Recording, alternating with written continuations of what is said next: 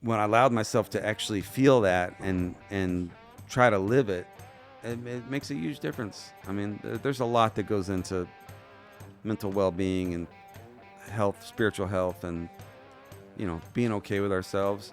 But I think that's a really great and key component, is having gratitude for where you are. I'm Mike Roberts, and this is the Converse Cowboy. This episode is brought to you by Carrie Kelly Bits and Spurs. So here we are, we're in Fort Worth, Texas. You're in town playing a show in Arlington tonight. Carrie Kelly Bits and Spurs and Kimes Ranch have always been supporters of the Converse Cowboy podcast. So I got you two things. One is from Kimes Ranch and one is from Carrie Kelly. I'm saying Bits and Spurs, but he also does other badass silver work. So Okay. we got together. Feels like a belt buckle. We got together and made this. Oh, yeah. Oh, wow. A drunken poet's dream belt buckle. That's incredible. I don't know if you wear belt buckles or not, but Oh, well, thank you very much. yeah, man, you bet. And then, of course, this is, I know you're a fan of the Canadian tuxedo. Uh-huh. So this is Core Blonde approved Kimes Ranch denim. That's awesome, man. So, and we got some other cool Converse Cowboy gear in here for you too. So really just, I'm stoked to have you on the show, dude. So I appreciate it. yeah, man. And it's funny. These podcasts are awesome because it's a platform where I get to sit down with individuals like yourself who have done some really cool things throughout your life and through your career. And I only know what I see, just a very small glimpse of that. Yeah. So I have a whole hour here to uncover, and so it gives me anxiety because it's like, shit, which way do I go? How do we? We'll flow through it together. Yeah, hopefully you can help me See out. where it goes. But so I dang sure want to get into your songwriting process, and I know you probably cringed when I just said that, but I'm not going to ask you what your inspiration is. I'm going to try to stay away from the generic questions and uncover the answer to those questions in a unique way. So I'm going to preface this with saying a line from Guy Clark's Cold Dog Soup. There ain't no money in poetry, but that's what sets the poet free. I've had all the freedom I could stand. And so my question is this: how do you separate the business of singer-songwriting from the art and doing what's true to you? That's an interesting question. And it's fitting that you brought up Guy Clark as a starting point for that. I started writing in large part because of guys like Guy or Townes or John Prine or Bob Dylan, or just people who could articulate what I felt inside and I didn't have the ability to do, and could explain life to me and help things make sense and put language to my emotions. That to me was a magical quality and an incredible gift. I also was a ham and attention seeking and wanted to be on stage and have people look at me and think I was special. There was a part of that. And I wanted to be successful and liked. Those things don't always go together. And for me, when the craft was just the craft and the writing songs was just about having fun and trying to say something and trying to find your voice, that was all it was about. And then as I started to get a career and I saw the difference that each record, each thing I put out could make on my life, and the difference between playing for 10 people or 50 people or 500 people, and whether I could afford a band or whether I could just pay my rent, take care of my kid, I started thinking a lot more about the commerce side of things. And I hope to think that I've never let it dictate my career path. I don't think I have, but it was in the back of my mind a lot. Is like, how is this going to play? How's it going to go over? And there's a bit of that I think pulled me away from that true voice, and it had me considering other things, like other people's reaction to something rather than my own reaction to it. And when I wrote with Guy, he was one of the first guys that I ever co-wrote with. He had me up to his house very generously many years ago. And I was just a kid. I had one record and I didn't know anything. And he sat me down and we worked on a song. Eventually we got about half of it. And I took it home and I finished it. I put some music to it and finished some stuff lyrically, and I sent it to him, and he wrote back to me, or he called me and said, you should fix this and tweak that. And there were these little details that he was suggesting I change, and I'm kind of going off on a couple different things here at once, but Feel free to keep going, by the way, because I'm trying to think of like, I want to answer your question, and not before I get off into a dog leg about actually songwriting, but I guess the part about the poetry or the art versus the career is a separate thing. So let me just say, I find that the best thing you can do career-wise is to be true to yourself and to find what makes you unique and accentuate it and lean into it, regardless of what anybody thinks. If you do that, you have a chance of finding your people, and you do it on your own terms, and your audience on your own terms, and you don't have to worry about whether somebody likes something or not, because if you like it and you stand by it and feel strong about it, and it's I heard an interview with Corb that you did, and he was talking about how a lot of the career stuff is a byproduct of finding yourself and doing that work and doing the art and the craft. And I think that's right. If you can have fun in your career and creatively and artistically and do that, then the good things that happen are a bonus. And there's something to be said about having business sense and paying attention to what's going on. But do you think that changes though, Hayes? Like when you first start, I think about musicians, like you said, you first started, you were in Crystal Beach, just doing what you love to do, playing music. Yeah. Then you write Flowers and Liquor. Yeah. Get a little bit of success. At that point, does it change? You know what I mean? Like, do you start getting expectations, whether it's from your listeners to create a certain sound or? The only thing that happened that kind of affected me along the way, I think, is my first record. That was my first record, and it was just writing the songs that I wanted to write. And my second record, same thing. I was just having fun creatively. I didn't have an audience. There was nobody to let down. And then I had a song on my second record. The record was called Little Rock, and there was a song called Down the Road Tonight. And it became kind of a regional hit. Dallas and Fort Worth in particular played it in heavy rotation, and my audience went from like 50 people to 500 people, like overnight. And I had to have a band overnight. I didn't have a band before that. But this record was kind of a rockin' record with great musicians, and so there was this expectation, like radio airplay got me to people that had never heard of me, and then they had an expectation of me, and then I felt like I had to deliver on that. And a lot of that was I don't know, I guess I felt the need to have a band a lot after that, and it affected somewhat how I presented stuff. And then it was exciting to play bigger and bigger venues and have bigger and bigger crowds. And then also the type of venues I was playing were a lot of honky tonks and bars, and I wasn't doing theaters or listening rooms with my band so much. I was still doing some solo stuff, in listening rooms, but playing those places, like, you had to have energy and had to have something they could, weren't gonna, drown you out with their shouting at you. And that was where I wish I had maybe thought a little bit less about how the stuff was going to be received and a little bit more about the craft of it all, and continuing to find my voice. I think I started to get a little scared around that time because I had started to have something to lose, and that's not a good way to go through trying to explore and be creative if you're scared. Yeah, I'm damn sure going to circle back to the Guy Clark experience. But on that note, did you notice it in that moment, like with your songwriting? Did you notice, like, I'm going to use the word cater. Were you trying to cater to an audience, like, and try to give them what they want when it came to your songwriting? I mean, I don't know what they wanted, and no, I didn't want to. I wanted to be something unique. Like, to me, I wanted to stand out from everybody else by being something that they weren't. But I also wanted people to like it and to have success with it. And so I don't know that I catered anything really. It was just, I think I got a little less free about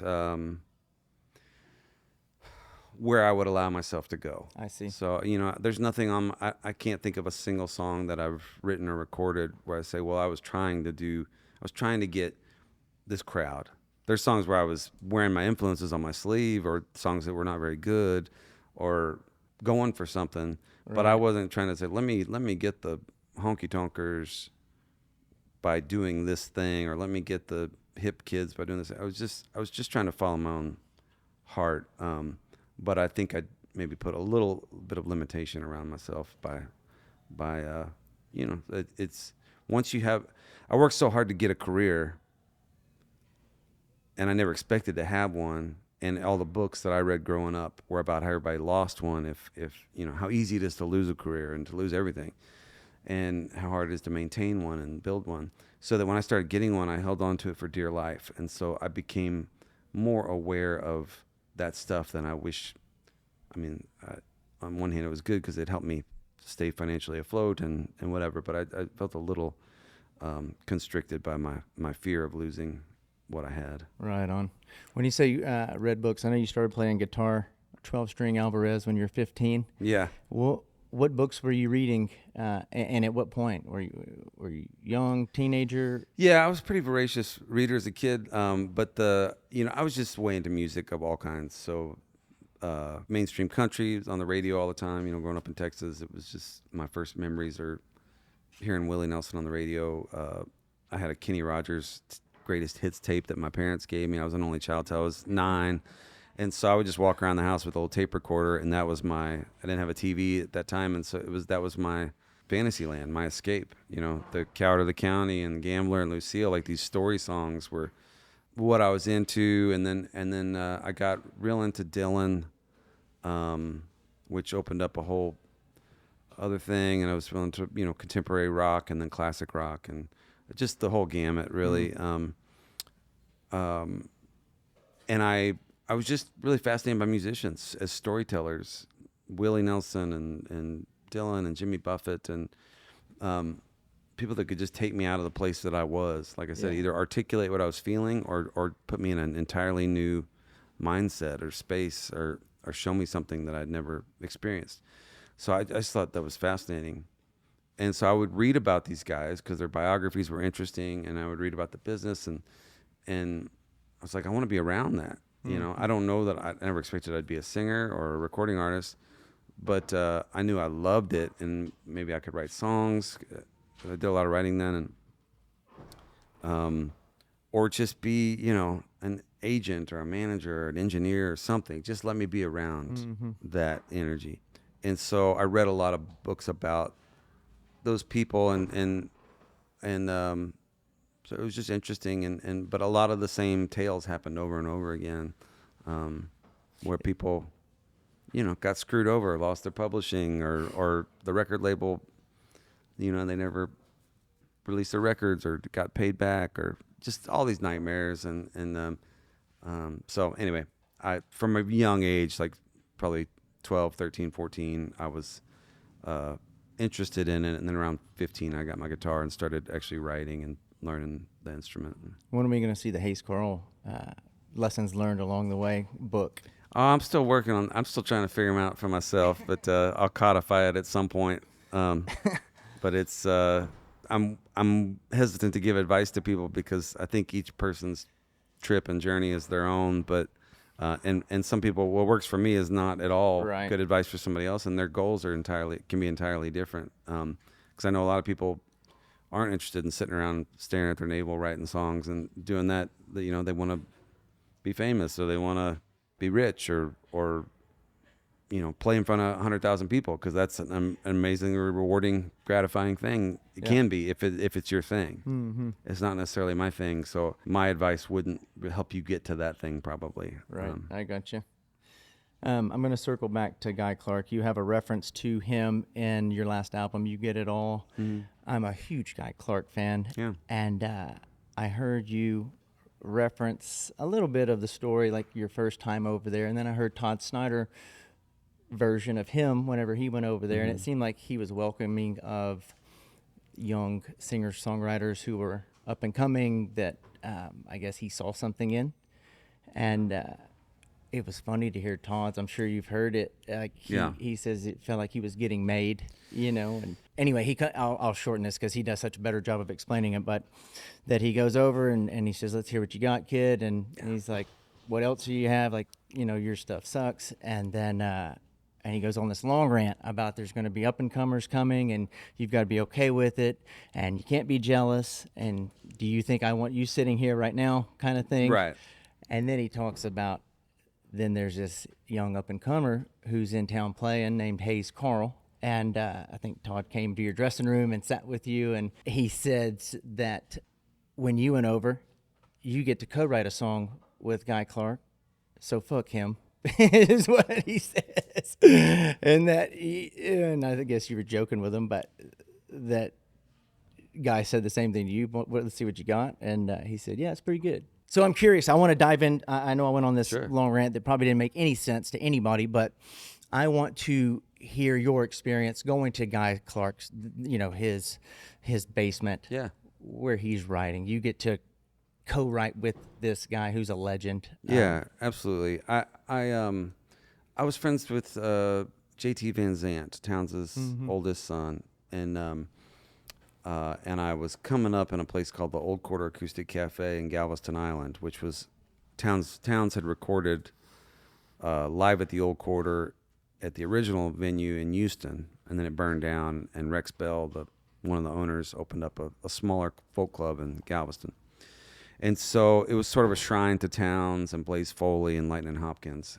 And so I hung out there and started meeting all these, a lot of folks, and kind of starting a career as a songwriter. And JT and I were playing a festival in Spring, Texas at Wunchy Brothers Cafe, and a guy was headlining it. And we went upstairs, and JT and Guy and Towns were best friends, and so Guy knew JT. And so he introduced me to Guy Clark. And then that night there was an after party for all the people on the festival. And it was at this house out in the woods. I'm not even sure where, but Kimmy Rhodes was there, and Joe Gracie, her deceased husband, who was a great DJ, and Darcy DeVille, and Verlin Thompson, Guy's guitar player, and just all kinds of folks. It was really cool. It was about 25 of us. And that night around 3 a.m., Guy and Verlin played their entire record, The Dark, for us. And it was just incredible. We're just sitting around in a circle, and these two masters. How old would you have been? I was probably 25, 26, something like that. And but still super green. Like, I think I had done my first record, and it was just a master class, and it was amazing. And we're all sitting around, and Guy's in his element, and he's bumming cigarettes off me, and like, that's the only thing we're talking about. Is he'll just be like, "Kid, give me another cigarette."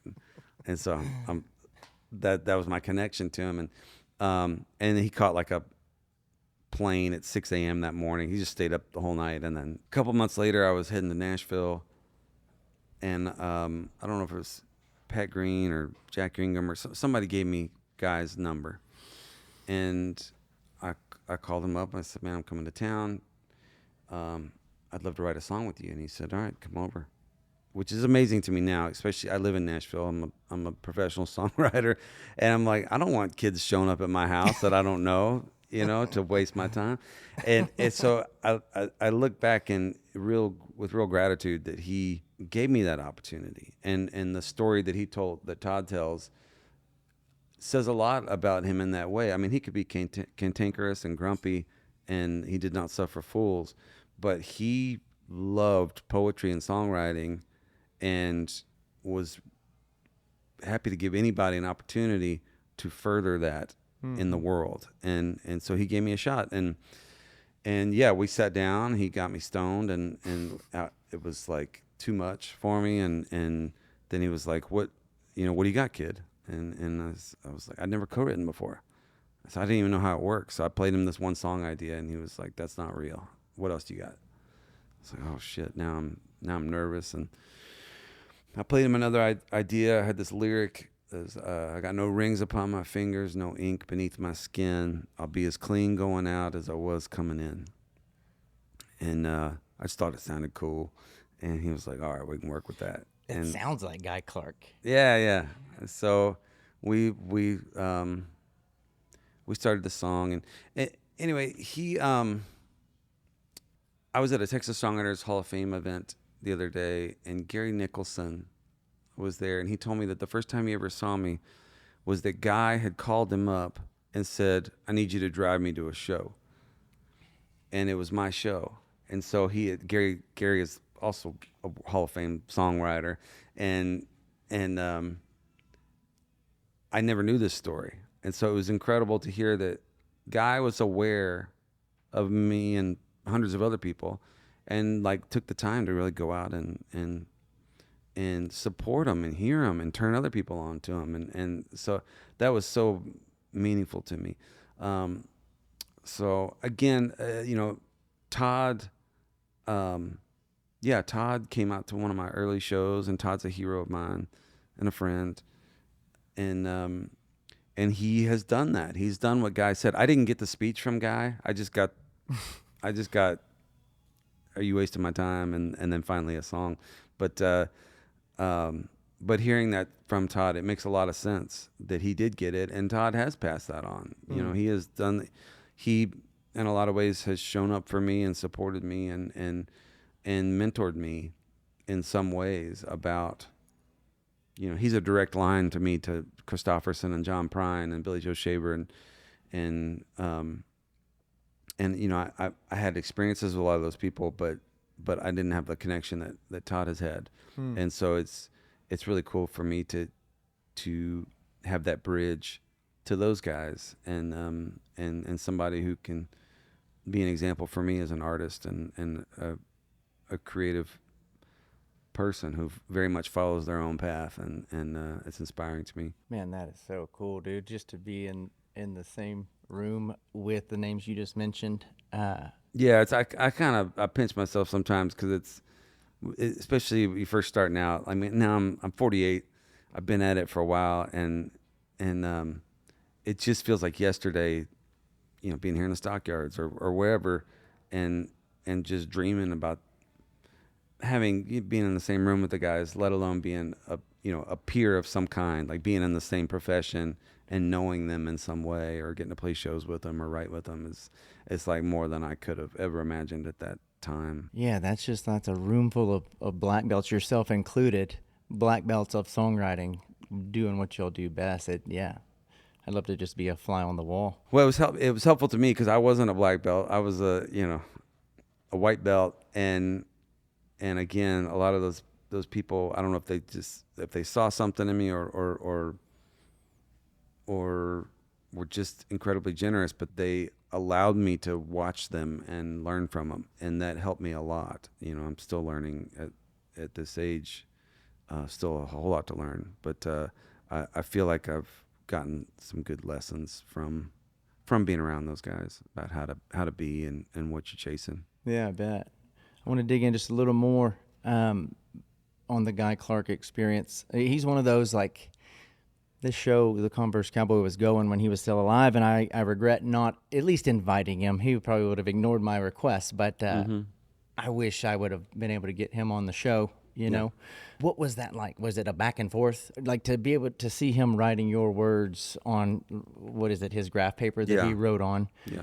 If you can, I just want to know the details of that Yeah, experience. it was heavy, and it was really interesting. Like, we're sitting in this basement. There's a giant poster of Townes Van Zandt looking over us, which is intimidating.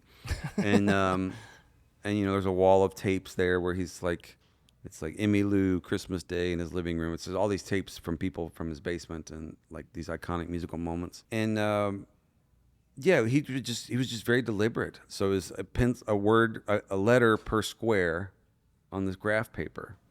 And at the time, I was very much a stream of conscious writer, and let me just hope that the gods touch me with some kind of inspiration and let it come out. And so I was just all about channeling that, whether it was through booze or alcohol or whatever. It was like, let me let go of my inhibitions and let this gift come out. I thought that's how it worked. And Guy, while he was into the booze and drugs, he was a craftsman, and he sat down and he worked. And he called me after that. I sent him this song, and had these details, these very specific details about what he wanted me to change. And I didn't get it. I didn't understand why this mattered, this letter or this phrase or whatever. It was just like, it's done. Can we just move on to the next thing? And I'm embarrassed to say that now, but at the time, that's how I thought. It's like, this doesn't matter. In the last 4 or 5 years, I've recognized that it matters a great deal. And not all songs need to be crafted. Some are just inspiration, and you write them in 10 minutes, and they just are what they are. And there's an energy and a life to them. But putting in the time and making sure what you say is bulletproof and it's the way you want to say it, and anybody could sing that song and the message would get across, and it doesn't have to be you using other tools to get it there. That is something I did not have back then, and I did not appreciate, and Guy very much did. And I'm grateful for that lesson. It took me 15 years to learn it, but I think about it a lot these days as I realize how important the craft is, and the revising and the editing and the reworking and just hammering it out until it's exactly what you want it to be. And then that's a whole part of the job that I didn't understand before. How long was that initial meeting? How long were you at his place? Probably 4 hours or something. And then I came back like a year later and tried to write again, and it didn't go as well. I don't know for sure, but I always got the sense he was a bit mad at me because I didn't listen to his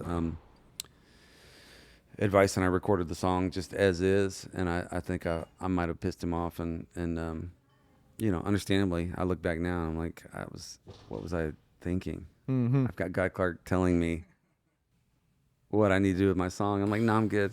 That's awesome. So, did you ever play any shows live together? We did some festivals. Did a festival in Holland with him, and a few things in the States. But he got cancer not long after that, and so he was on the road sporadically, and it was more hit and miss. Right on. Another song off of that same album, Help Me Remember. I saw the music video before I heard the song. Dude, like it brought tears to my eyes, man. Yeah, it's a gut punch. Who did you have in mind whenever you wrote that? Well, it was sort of inspired by my grandfather. I wrote that with Josh Morningstar, and I had this title, Help Me Remember, because my papa was from Waco, Texas. He lived there most of his life, and he had dementia a little bit before he passed. And I tell this all the time, but I have two memories of him at that time and that struggle. And one, we were at a stoplight in his pickup truck in Waco. I was 14, and he turned to me and asked me where we were, and it was like we were like a mile from his home, but I didn't know I didn't live there. I didn't know where we were, and like the fear that I saw in him, it like really stood out. And then the other memory I had was, my grandfather was like a really sweet and loving, kind man, and then there's this one day where he was not being any of those things. He was being kind of a jerk, and my dad pulled me aside and said, son, don't remember your grandfather this way. It's not who he is. This is this disease affecting him. And that really stood out to me as like the idea of having a witness to your life, like forgetting your life or forgetting who you are or what you're about, and then having somebody remind you, or that can remind you, or remind those around you who you really are and what you're about, and when you lose the thread to your own story. So that was the idea, was writing about somebody losing that thread, and then maybe having someone that could remind them. It's heavy, man. I saw something earlier. This will be a segue into your latest single with the Band of Heathens, but it was on Instagram, and it was an interview someone was doing with Tug McGraw, who played for the Phillies. They were in Houston playing, and he was asked if he liked grass better or AstroTurf, and his answer was, I don't know, I've never smoked AstroTurf. Nobody dies from weed. Yeah. Was that a co-write, or did you write that? Yeah, I wrote it with a guy named Driver Williams, who plays guitar for Eric Church. And I do a lot of writing with Driver. I really like his vibe and skills. And that was I think I brought that title in to him, and I don't even remember where it came from, but we just had a lot of fun working it out. I mean, I enjoy my marijuana, and have for a long time, and so it's legal in half the country at this point, so it's not as prohibitive or dangerous considered as it used to be. Theo Vaughn says weed shouldn't be a drug; it's just a confusing spice. Right. That's interesting way to put it. So yeah, we just had fun with it, and then when I got together with a band of heathens, we formed a side project called Hayes and the Heathens, and we needed some material to record, and so I brought that in, and as one of the first songs turned into a thing. So we're just having fun with it. Tell me this: can you set the scene for? I enjoy writing on a very amateur level, but I kind of nerd out, and I just picture any great writer like yourself sitting in a dark room with candlelight and cigarette or marijuana burn. Like, can you set the scene when you sit down to write a song? What does that process like? Is it consistent, or does it just happen over time? It's changed a lot over the years. These days, it's consistent in a good way. I don't know. I have different kind of stages of a song and of a writing process, and part of it is, I do a lot of meditation and journaling and clearing my mind and trying to take care of my body and just trying not to get overwhelmed. I spin out pretty easily. I've got some attention issues, my mind can just race ahead of me, and it's been a real detriment for me, and I'm just in my late 40s finally realizing like how important it is to me to get control of it, because if I don't, I'm just never satisfied, I'm never content, and I'm never present.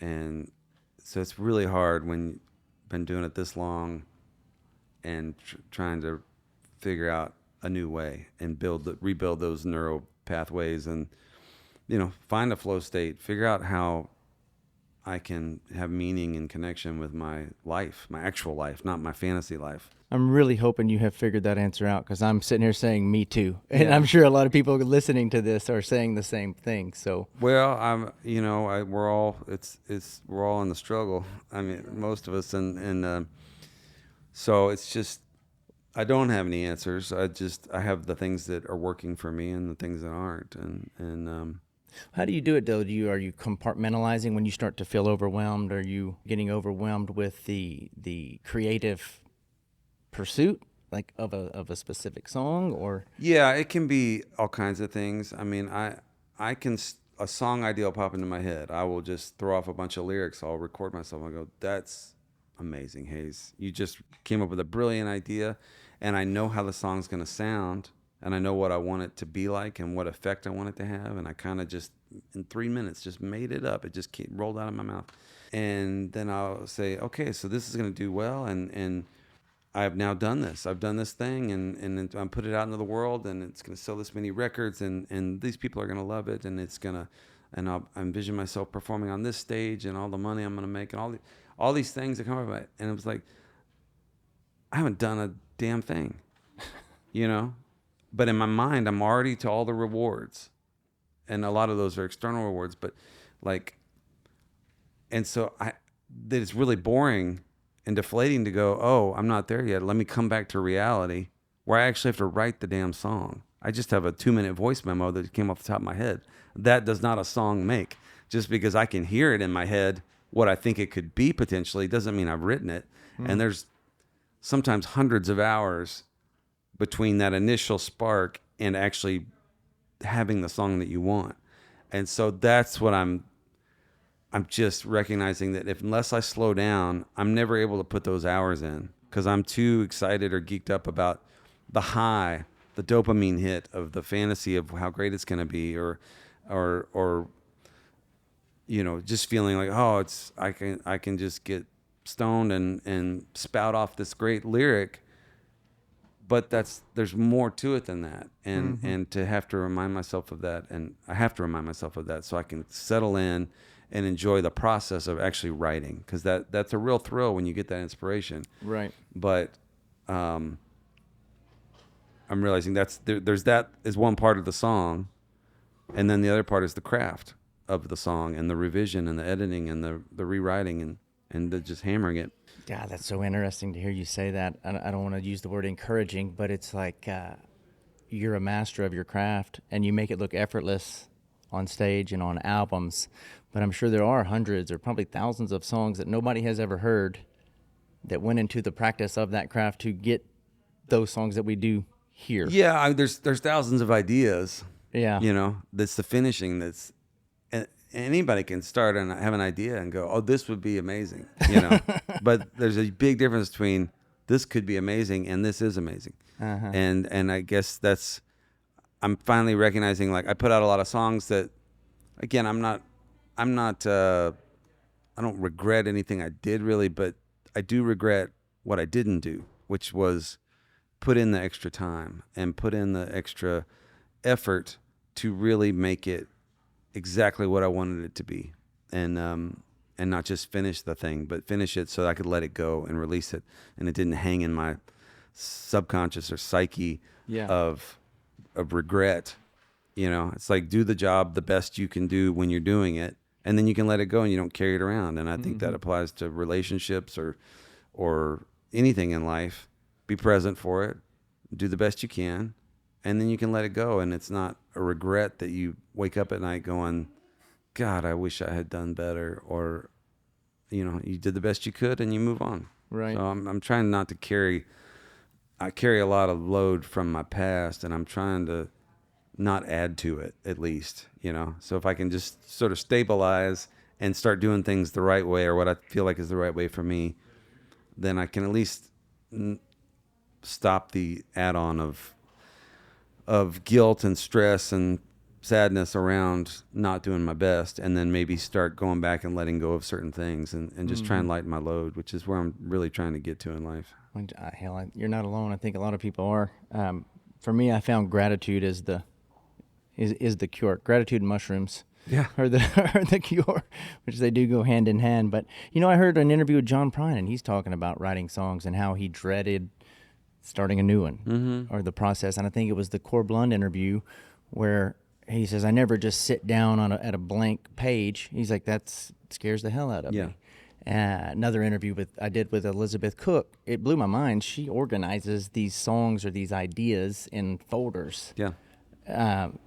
How are you doing it? How are you keeping track of these things? Are you in your phone? Are you writing with pen and paper? I have a system where I've got my phone, so I use the voice memos for that, and I just record them all the time. I'll do like 5 a day, and then whenever I'm on a plane, which is often, I'll go through and listen to them and edit and be like, this is crap, delete, or I'll label this, or I'm going to title this or star this. And I have little folders within there that I put, like, is this a country song? Is this for a certain project? And then I have a Word document that I type all my songs in, and I can pull them up on my iPad and have them side by side. Oh, right on. But then I also have a big notebook, like this French company, I can't remember what it's called, but it's a sizable notebook, and it's got a glossary or an index in the front where you can, you know, put your song on the page number, and then I write all my stuff on there. And so Is it made for songwriters? No, I mean not specifically. It's just a notebook, but I see. But it has like a reference. There's blank pages and numbers on each one, and in the beginning, and you fill in what you've. So on page 10, I wrote the song "You Get It All" or whatever. So as I'm going through, I can say, all right, today, what do I want to work on? I want to work on this song, "Everything." Okay, well, let me see where it is. All right, it's page 27. All right, there we are. And so it just helps me stay organized. And there's a tactile benefit to writing stuff out for me that frees my mind up in a way that typing doesn't. There's a benefit to typing too for orderliness and shareability and all that. But so I combine all these things. I've got the audio, I've got the clean typed version or just different ideas, and then I have a physical written version. And so that's the kind of the things that the tools that I use to do that. And so there's a stage of let me record stuff off the top of my head, let me edit it, let me narrow it down, let me spend time with one specific song and figure stuff out and work on rhymes, work on story, work on where's this going, figuring it out, and then there's okay, we have a song, but now let's hammer it out and figure out how to make it as good as I can and try Right out on. different versions and different points of view and stuff. So. Early mornings, late at night. No, yeah, I mean, I get up early these days, and I try to start my day with my meditation and journaling. And Talk about that real quick. Yeah. Meditation. Yeah. That's a word that gets thrown around a lot. What type of meditations are you doing? these days I do guided meditations. So there's just an app called Calm that I find really helpful. And there's 3 different guides on there. And there's, 7 to 10 minute meditations that I do, because I can't stay with it that long. But that's a manageable thing for me. It's like 2 minutes of meditation every day is better than an hour of meditation once every 6 months or something. It's like just getting in the habit of doing that. And so I'll do it. And then I just free journal. I try to do 1 page a morning. And it used to be like Dear Diary. I'm like, well, this isn't, it's not keeping a journal, And so I would, but I didn't know what to write about. I didn't know how to access anything. And so I would just write the same thing over and over, like Homer Simpson on the blackboard. I would just find a thing and I would write it 200 times. And okay, well, that's my work for today. But what I found was it really helped me get into the present. Just writing the same word or phrase over and over, just like a mantra, just reinforce it. And then I would, okay, well, here's an idea. So I'm writing the mantra and I throw an idea. And it finally evolved to where now I'm actually working through stuff. I feel able to explore things in a way that I couldn't before. And it actually does a tremendous amount of good, not just to calm me, but to help me work through the crap in my head and the issues I'm having, and put them outside of myself. So they're not controlling me, but I can see them and I can express them, and it gives me a different perspective on it. Have you read the book The Artist's Way by Julia Yeah. Cameron? That's a good one. I need to revisit it. I read it years ago and did the daily pages and stuff. And, Yeah.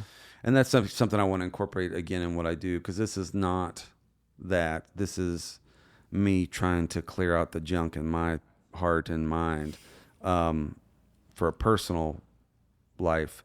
But the daily pages is great to get the everyday crap out of your head and get to your creative part, so you can just kind of flush all the shit out and then get in there and not be as limited, and just getting in the practice of writing every day, however you do it, is a wonderful thing. Right. There's another practice, I can't think of the name of it, but to really dig deep and write down whatever is on your mind, tear that page out and then burn it. Yeah. So nobody's going to see it. Even in a journal, because I do the same thing, I journal every day, you're still a little bit of resistance to let it out. But if I know I'm going to burn it, it's crazy. It's a different person almost that just reveals all of this shit.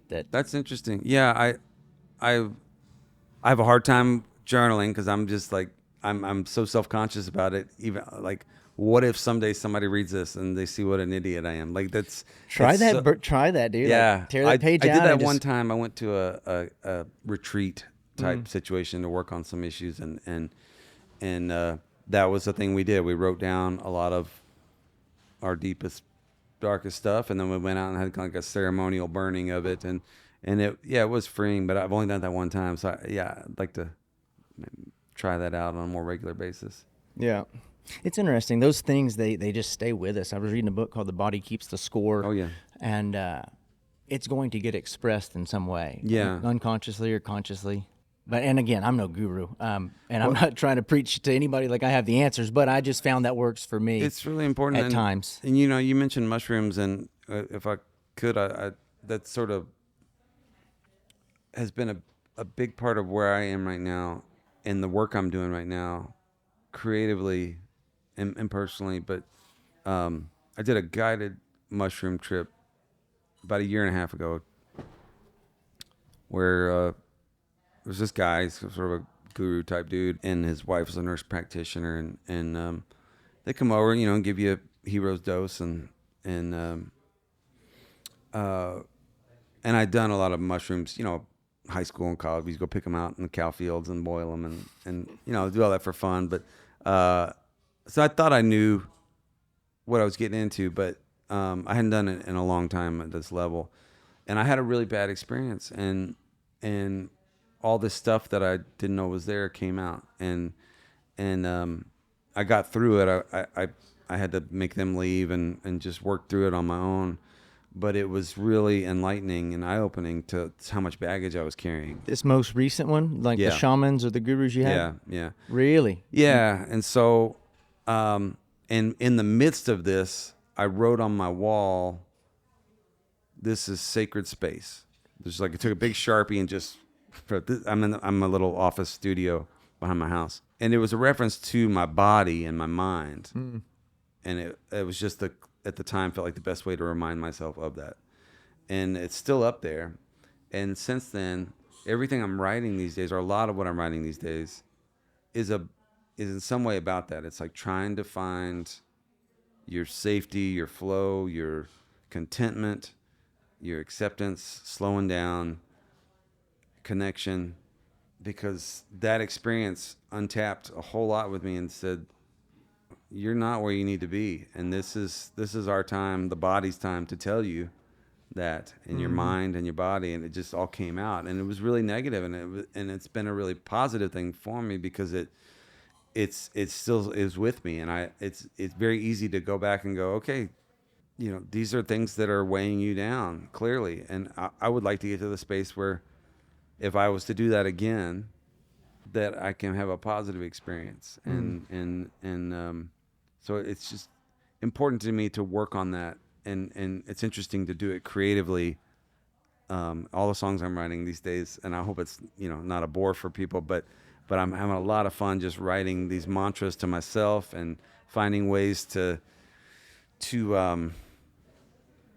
be okay in the moment and let go, shed some of the shit I've carried for so long, or the bad habits I've learned, and make my next however many years I have left not make the same mistakes and the ones that I've already lived, and try and grow. So and that was that experience was really important for me in my life and where I'm at right now, and so I'm very grateful for it.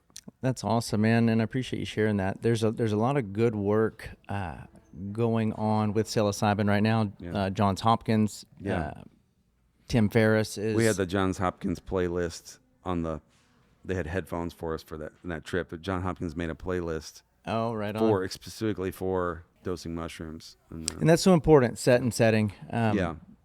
And what the intention is behind it. Yeah. Right. If I could just say something that, you mentioned gratitude, and I'm sure Ray Wiley Hubbard, or familiar with Ray Wiley Hubbard. It's my favorite quote. I don't know if that's where you're going with it. But It's the days I keep my gratitude higher than my expectations are good days. And, he says that all the time. And for years I heard it, and well, that sounds cool. That's great, Ray. And it just like stuck with me and hung around like a bad habit or something. It was just like, I couldn't shake it. And I'd be out mowing the lawn, and it would pop up. I would be having a fight with my wife, and it would pop up. All these things, and it just kept coming back. And then finally I was like, well, I got to think about this. Maybe there's something to this. And when I allowed myself to actually feel that and try to live it, it makes a huge difference. I mean, there's a lot that goes into mental well-being and health, spiritual health, and being okay with ourselves. But I think that's a really great and key component, is having gratitude for where you are, because anything could be worse and anything could be better. And I think going through life, it's so easy, especially these days, to look at somebody else's life or Instagram feed or whatever and go, oh God, they have it better than I do, or your career or whatever.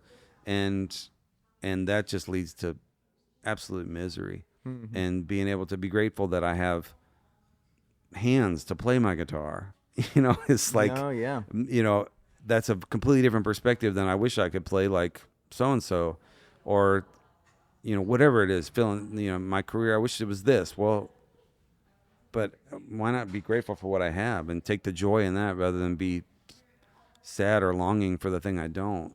I have so much, and So it's just a good reminder again for me to slow down, appreciate what I have. I'm in this conversation with you. This is an opportunity that's really cool for me, and I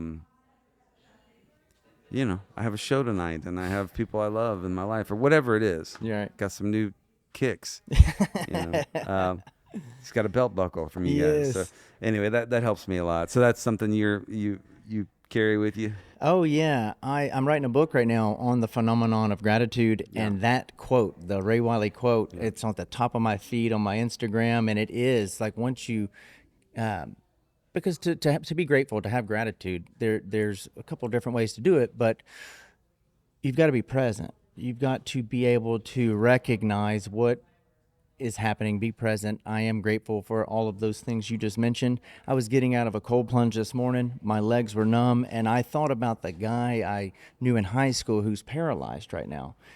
And he doesn't feel sorry for himself. He's glad that he's still alive. He's glad he can do certain things. So no matter where you are, how bad you think you have it, I don't even like to say it could be worse, but there are always things to be grateful for. Yeah, there's not an end goal in life, and it's not a dress rehearsal. It's you're in it. I had an interesting quote yesterday that I'll probably butcher a little bit, but it was something to that effect, that life is not a thing to be accomplished, or there's not a finish line. It's a process to be respected. And I'm probably getting that wrong, but everything that you're doing every day is what makes up your life. It's not. Right. It's not. I sold this many records. It's I am sitting here writing this song. I am sitting here connecting with my son. I am connecting with myself. Whatever that is my life, and the repetition of those things and those experiences and being present for them is how you build a life. It's not a resume. And that's just a real game changer for me to recognize that this is my actual life. I don't have to think what's happening in an hour. Right now I'm sitting here with you, and that's all I have to think about. And if I can do that, so much of the stress and anxiety disappears, and the joy is allowed to come out and be here. It's so simple, yet we humans complicate the shit out of it. Yeah. And myself included. I'm just as guilty. And I think it's like this curse of ambition, because we have these dreams and goals, and we want to do more and more and more, when really it doesn't have to be like that. Yeah. And it's weird. I can have these moments of enlightenment. I'm curious to hear what you think. I can have these moments of enlightenment where I think I have all of the answers figured out. And then it's like this doom and gloom depression the next week. And I'm like, wait a minute, what happened to that mindset? What happened to that guy? Yeah. And then I have to go back and do the inner work again. And it's like there, and that's why I have one of my slogans is like, the journey is the destination. There is no, doesn't matter how many boxes we check. Yeah. That's a great way to say it. Yeah, it's like this thing continues on. But I just listened to a great audiobook that was really helpful. The narrator's not a great narrator, but but the book is called Don't Believe Everything You Think. I've seen it. I haven't read it. I really recommend it. It's the main idea is that thought is a noun, thinking is a verb, and all of our hurt and anxiety and anguish stems from thinking. A thought is something everybody has to do. Thinking is an evolutionary thing to help you stay alive that we no longer need at a certain point. I mean, yeah, you got to think about some things, obviously, but Right. But our mind, if we live in our heads and let it get carried away of looking down the road and protecting ourselves from all of the dangers out there that often don't really exist, we're paralyzed by that, and we're miserable because of it, and we don't experience what's actually right in front of us. And so I don't know, I'm not articulating it very well, but I agree with recommend you. it. Like, we are living with this antiquated hardware, Yes. the human brain, and that's why we're still here. That's how our ancestors survived. But yeah, I agree. Like, we no longer need a lot of those parts. Yeah. There was a quote. I'm going to ask this quote, and then we'll go into the rapid fires, Okay. and then get you to play one and let you Sure. get out of here, buddy. You said Townes Van Zandt ruined me and saved me at the same time. What did you mean by that? I don't know. I think I was trying to sound cool, and then it ended up making the press kit for the quote. I guess what I meant was Towns really blew the doors open to me, for me, as a songwriter and what you could do. Like it was, I didn't get it at first. It just wasn't like what I was into. I didn't understand the appeal. Everybody talked about how great this guy was. And then one night I heard somebody singing one of his songs, and I realized there was a Town song, and then I had that record, and I just had never connected with me until I heard somebody else sing it. And once that happened, his whole catalog became just sacred to me, because it just hit me in a certain way of the depth and pain and beauty and ability was unlike any other person on earth that I had encountered as a listener. And so that just really shook me in a way, and it set a bar for what songwriting could be that I wanted to honor in some way. And like I wanted to be a honky tonker, and I wanted to be a country singer, and I wanted to be a rocker, and I wanted to be a folky. I want all these things. It wasn't that I needed to write this high-minded poetry all the time, but it had so much meaning to me that it wasn't. It just filled an area that I didn't even know existed. So in a way, it made it really difficult because I could never live up to Towns, and that's not a thing that's replicable. And so it took me a long time to come to terms with that. But it also gave me so much joy, and I feel like elevated my life because someone had tapped into something that I didn't know was possible.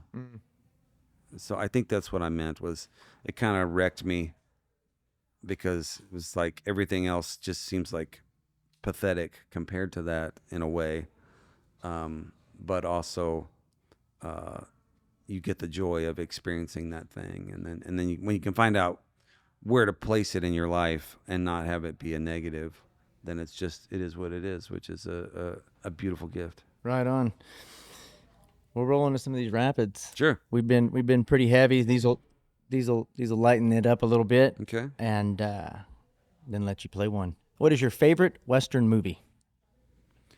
My favorite Western movie,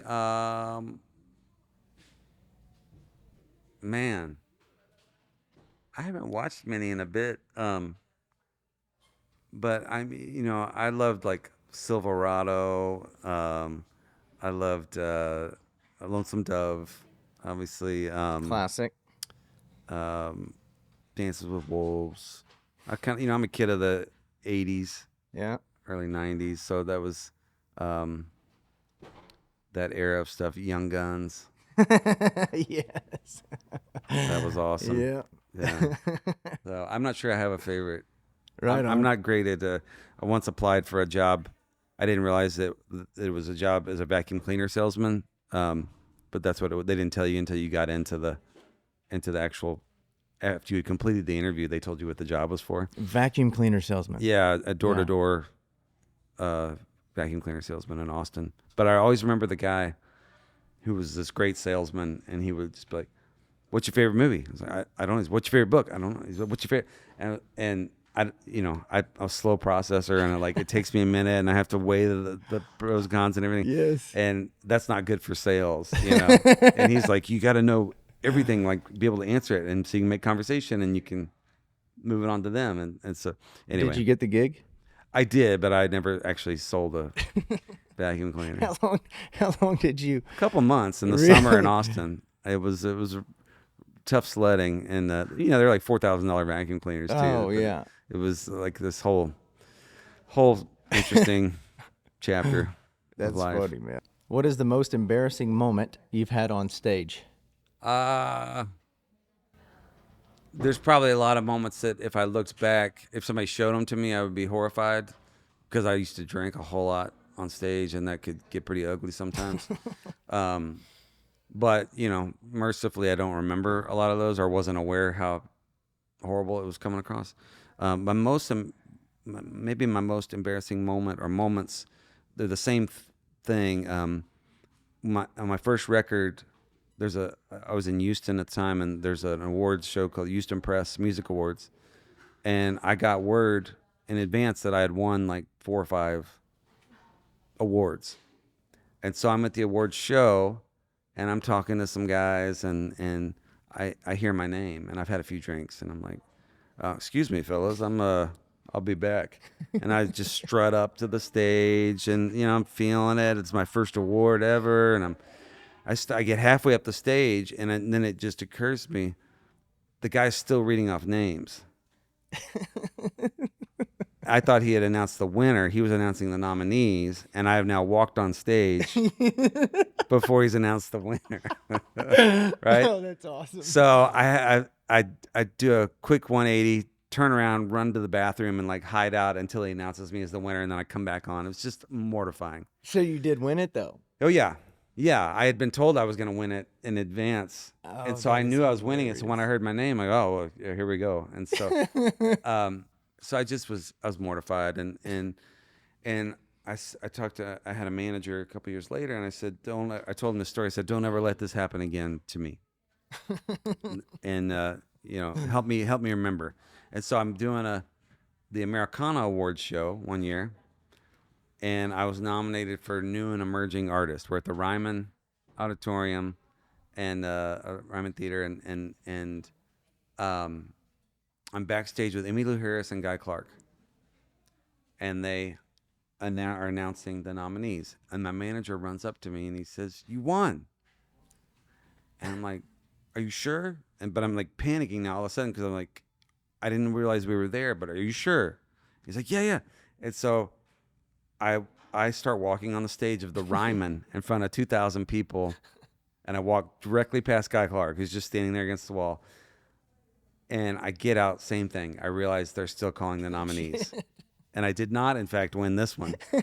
So I had to make the walk of shame back by Guy and Emmy, who were just smirking at me. Guy said something, I can't remember what it was, but it was like just the worst because I'm in front of my heroes at the Ryman in front of 2,000 people, and it was like I couldn't believe it. Did you fire your manager? No, we had a good long relationship, but I was not happy though. Oh, that's funny, man. What is a book that you gift most or have reread most? I've been given this "Don't Believe Everything You Think" to a lot of people because it's just. I read a lot of self-help stuff, but sometimes I can get in the weeds with it and not actually, it's too much to actually apply, or it's not super practical for me. And I just end up taking a lot of notes, but not applying any of it. And this is in a way that has these great parables that are just really quick and simple, or these great ideas that put things into a certain view or context that I can hang on to and can actually apply immediately. So I find it at the moment, that's the thing I'm leaning on the most. Right yeah. on. I'm going to check it out. Define your style in one word. Which style? Hayes Carll style. Hayes Carll style. I don't know. Still evolving. A little slacker. A little sloppy. Try to be soulful. Try to be loving and accepting at my best. That's my style, and to try and make the most of life and have connection with people. Can you put it into one word? No. Not at the moment. I'm sorry. That's okay. on the spot. Two more for you, man. Okay. Two more for you. If you could live in any time period for 1 week, when and where do you go? I'm a history major and buff. And so I think about this a fair bit, of just things I'd like to see. I might just go to Austin in the late 70s and just try and have a great time. I'd love to go back and see what Shakespeare was up to, or who he was, or go run around with Jesus, or there's all sorts of things that would culturally relevant or amazing or spiritually whatever. But I think just take a week, throw on my flip-flops and my jorts and my cowboy hat and go out and hang out with Leon Russell and Willie Nelson and I love it. So Austin, not Nashville in the 70s. oh yeah, no, totally awesome. Yeah. Right on. It's so funny, man. About 97% of musicians that I interview say that exact answer. Really? Go back to the 70s for the music scene. Yeah. Yeah. Okay, my friend, last question. If you could, metaphorically speaking, put a message on a billboard to get it out to millions of people, what would your message say? Slow down. I don't think I think it's really hard to get to anything else if you can't slow down. If you can slow down, let your nervous system and your mind and your expectations and everything just kind of be still, and that might even be it, be still, but then you can process and connect and discover what's important to you, and so that's at least the message I'm trying to hammer home to myself these days. So it's just be still, slow down, and good things tend to happen for me when I do. I think we can all benefit from that. I love it. Cool, man. What do you think? You want to play one? Yeah, I'd love to. Tell me how does this sound?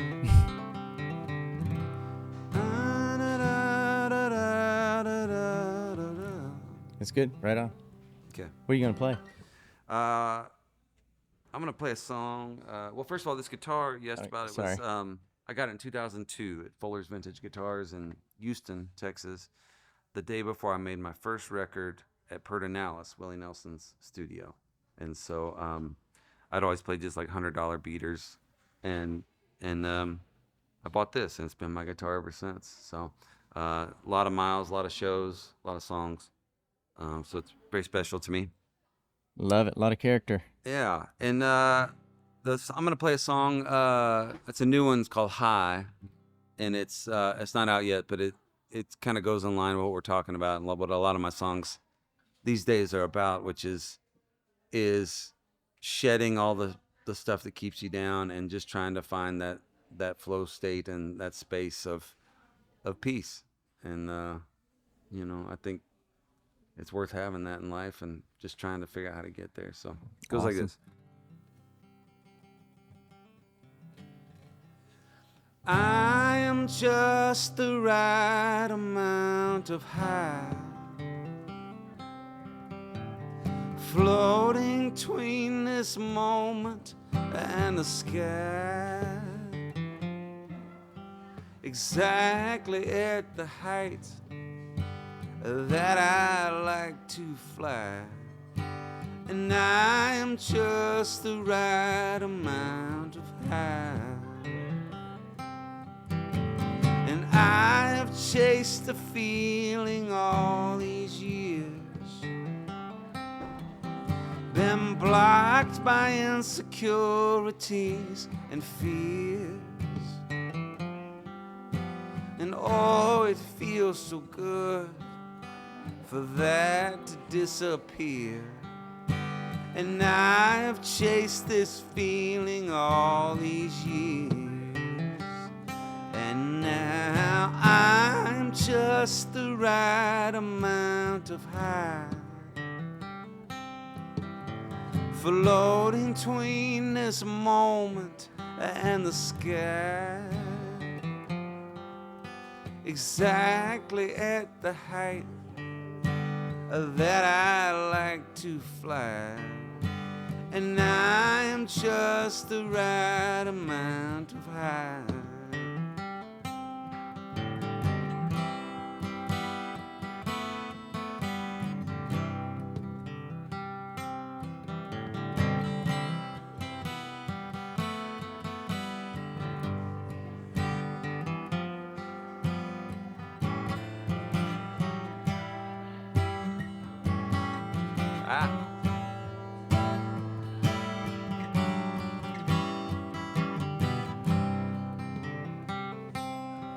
And I've always had such trouble letting go,